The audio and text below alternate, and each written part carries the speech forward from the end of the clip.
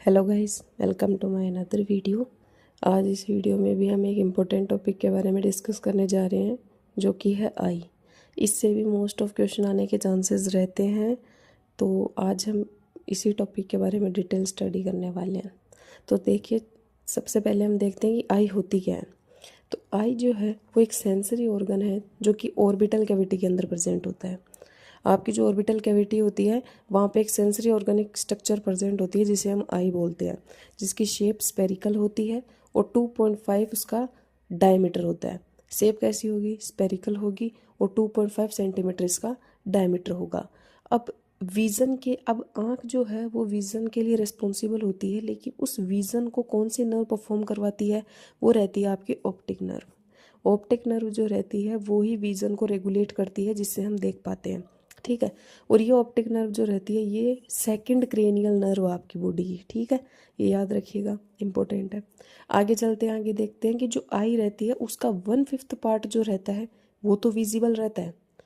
जैसे आई का 1/5 पार्ट होगा वो तो विजिबल होगा, लेकिन बाकी का जो रिमेनिंग पार्ट होगा वो को सारा का सारा ऑर्बिटल कैविटी के अंदर छिपा हुआ रहेगा, हिडन रहेगा। ठीक है।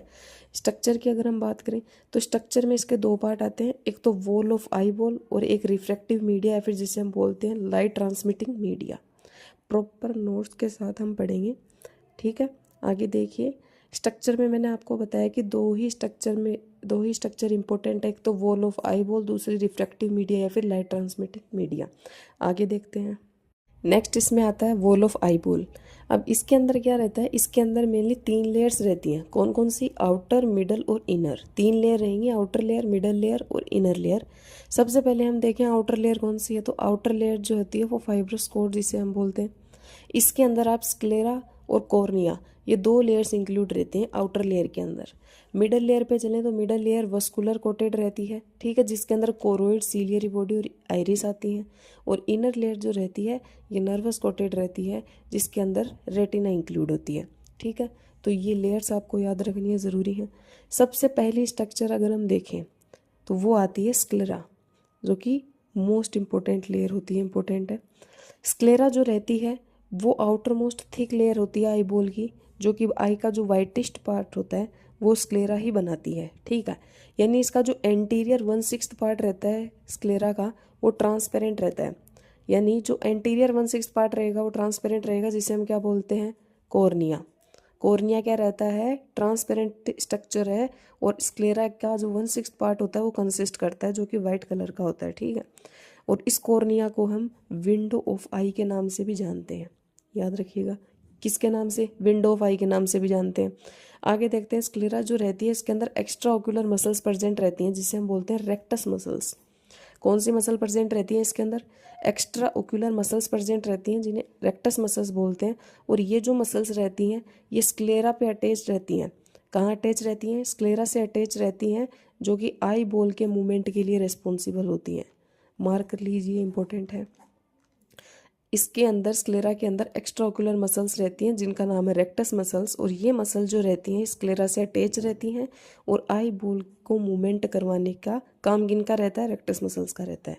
ठीक है, इसके साथ साथ स्क्लेरा के अंदर एडिपोज टिश्यू भी प्रेजेंट होता है। क्यों प्रेजेंट होता है? ये एडिपोज टिश्यू जो रहता है ये आई बॉल को सपोर्ट प्रोवाइड करता है।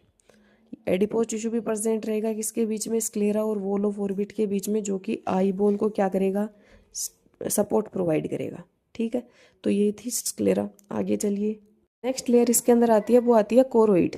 कोरोइड जो रहती है वो एक थिन पिगमेंटेड मेम्ब्रेन रहती है, जो कि आई की मिडल लेयर रहती है। उसके साथ साथ डार्क ब्राउन कलर की रहती है और स्क्लेरा और रेटिना के बीच में लोकेटेड रहती है। क्या बताया? थिन पिगमेंटेड मेम्ब्रेन होगी, डार्क ब्राउन कलर की होगी, और उसके साथ साथ स्क्लेरा और रेटिना के बीच में लोकेटेड रहेगी। ठीक है, इसके अंदर बहुत सारी ब्लड वेसल्स प्रेजेंट होती हैं।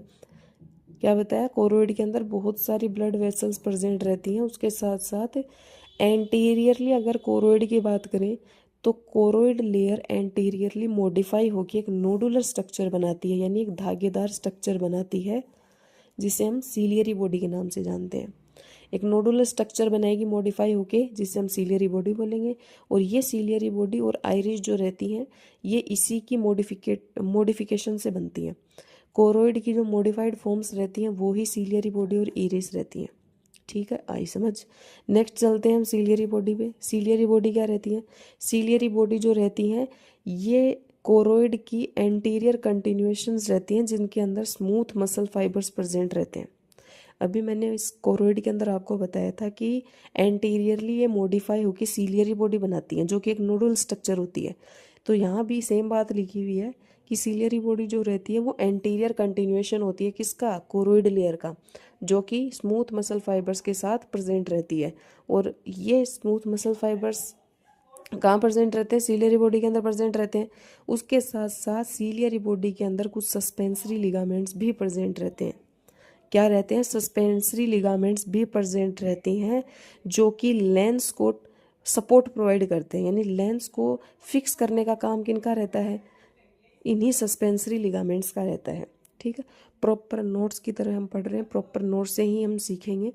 तो नोट्स आपको कहीं और से ढूंढने भी नहीं पड़ेंगे, इन्हीं से आप लिख सकते हो और देख सकते हो। ठीक है, इससे बाहर शायद कुछ होगा नहीं मेरे हिसाब से। तो देखिए आगे चलते हैं। सीलियरी बॉडी, सीलियर बॉडी के अंदर क्या रहते हैं? सस्पेंसरी लिगामेंट्स भी प्रेजेंट रहते हैं जो कि लेंस को सपोर्ट प्रोवाइड करते हैं या फिर उनको अपनी पोजीशन के अंदर शिफ्ट करके रखते हैं। ठीक है, ये सीलियरी बॉडी जो रहती है डार्क पिगमेंटेड स्ट्रक्चर रहती है, उसी के साथ साथ इसके अंदर कुछ सिक्रेटरी सेल्स भी प्रेजेंट रहती हैं।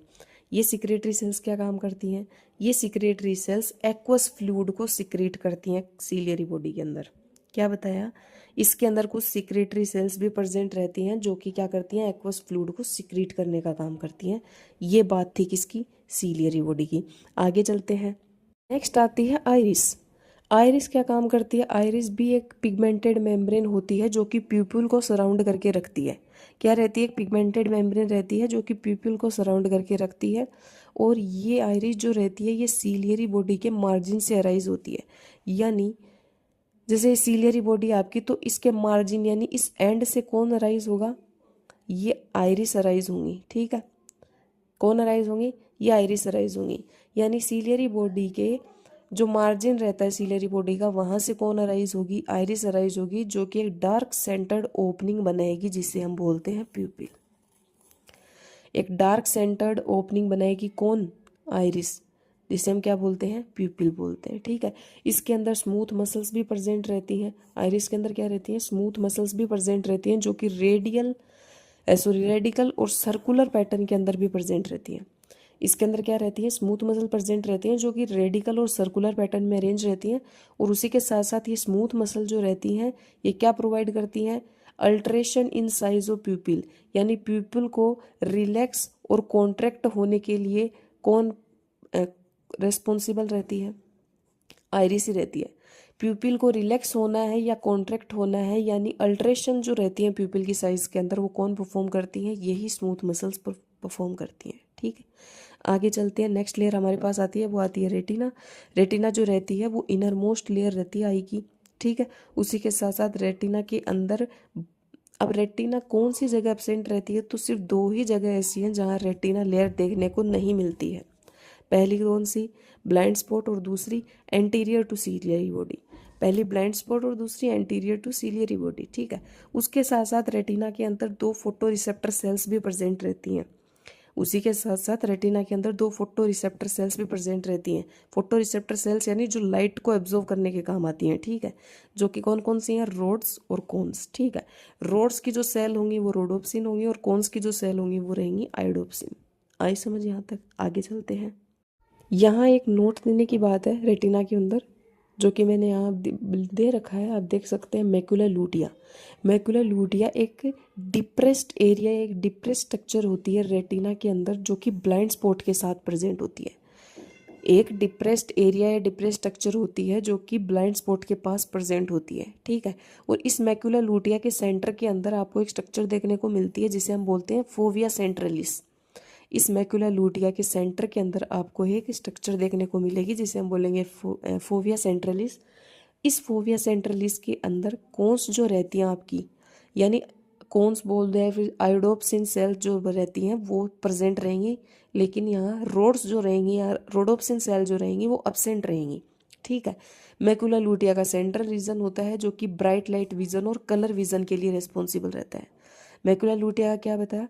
डिप्रेस्ड एरिया या डिप्रेस्ड स्ट्रक्चर होती है जो कि ब्लाइंड स्पॉट के पास प्रेजेंट होती है। इसके सेंटर के अंदर एक स्ट्रक्चर प्रेजेंट होती है जिसे हम बोलते हैं फोविया सेंट्रलिस, जिसके अंदर सिर्फ कौन सी प्रेजेंट रहती हैं, और ये ब्राइट लाइट विजन और कलर विजन के लिए रिस्पॉन्सिबल होता है मैक्यूला लुटिया। ठीक है, नेक्स्ट इसके अंदर एक स्ट्रक्चर आती है, वो आती है ब्लाइंड स्पॉट। ब्लाइंड स्पॉट जो रहता है वो ऑप्टिक डिस्क के सेंटर में प्रेजेंट होता है। रेटिना के अंदर जो ऑप्टिक डिस्क प्रेजेंट रहती है उस ऑप्टिक डिस्क के सेंटर में देखने को मिलेगा। यहाँ रोड और कोन्स दोनों की दोनों ही एब्सेंट रहती है। ठीक है, मार्क कर लीजिए, इंपॉर्टेंट है। आगे चलते हैं, एक दूसरी इंपॉर्टेंट चीज़ यहाँ आती है, मार्क कर सकते हैं आप, जो कि है लेयर्स ऑफ रेटिना। रेटिना की कौन कौन सी लेयर्स रहती हैं, तो ये भी इम्पोर्टेंट है, ध्यान से सुनिएगा। रेटिना की कुछ लेयर्स रहती हैं, जैसे सबसे पहली आती है pigmented cell layer, layer of rod and cones, outer limiting membrane, outer nuclear membrane, outer plexiform membrane, inner nuclear membrane, inner plexiform membrane, ganglion cell layer, optic nerve और इनर लिमिटिंग मेम्ब्रेन। ये जो layers रहती हैं retina के अंदर रहती हैं, जो कि आपको याद करनी है। कौन कौन सी? Pigmented cell layer, layer of rod and cones, outer limiting membrane, outer nuclear membrane, outer plexiform membrane, inner nuclear membrane, inner plexiform, ganglionic cell layer, optic nerve और इनर लिमिटिंग मेम्ब्रेन। तो ये लेयर्स आपको याद रखनी है। आगे चलते हैं, नेक्स्ट इसके अंदर स्ट्रक्चर आती है, वो आती है कंजक्टाइवा। कंजक्टाइवा भी outer most thin delicate membrane रहती है जो कि ट्रांसपेरेंट होती है। Outer most thin delicate membrane रहती है जो कि ट्रांसपेरेंट होती है। अब बात करें आईलिड्स के अंदर जो कंजक्टाइवा रहती हैं, यानी आईलिड्स को जो कंजक्टाइवा कवर करके रखती हैं, वो तो होती हैं पैल्पेब्रल कंजक्टाइवा, और उसी के साथ साथ एंटीरियर आई वॉल को जो कंजक्टाइवा कवर करके रखती है वो रहती है बल्बर कंजक्टाइवा। ध्यान से सुनिएगा वापस, conjunctiva outer most thin delicate membrane रहती है जो कि ट्रांसपेरेंट होती है। उसके साथ साथ कंजक्टाइवा जो रहती है, आईलिड्स को जो कंजक्टाइवा कवर करती है वो होती है पैल्पेब्रल कंजक्टाइवा, और एंटीरियर आई वॉल को जो कंजक्टाइवा कवर करती है वो रहती है बल्बर कंजक्टाइवा। आई समझ। नेक्स्ट स्ट्रक्चर इसके अंदर आती है, वो आती है कॉर्निया। कॉर्निया भी एक ट्रांसपेरेंट स्ट्रक्चर होती है जो कि एंटीरियर आई वॉल के अंदर प्रेजेंट रहती है। इसके अंदर कैनाल ऑफ स्क्लेम भी प्रेजेंट रहता है। कहाँ पे? स्क्लेरा और कॉर्निया का जो जंक्शनल रीजन होता है, जहाँ ये मिलती हैं वहाँ कौन मिलेगा आपको? कैनाल ऑफ स्क्लेम मिलेगा, जो कि एक्वस फ्लूइड को एब्जॉर्ब करने के काम आएगा। ये कैनाल ऑफ स्क्लेम क्या करेगा?